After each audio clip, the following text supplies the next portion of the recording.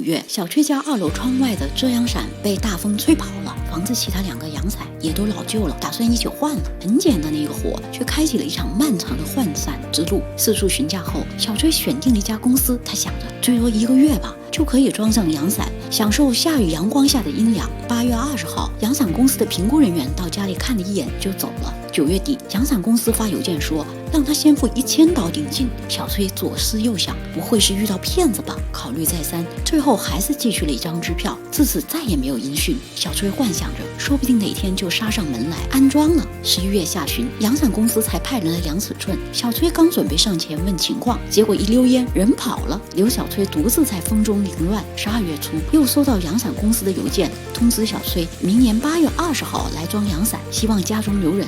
天哪，不就是一块破布放到铁架上，就要1年003个月？想着这漫长的过程，小崔真是彻底无语了。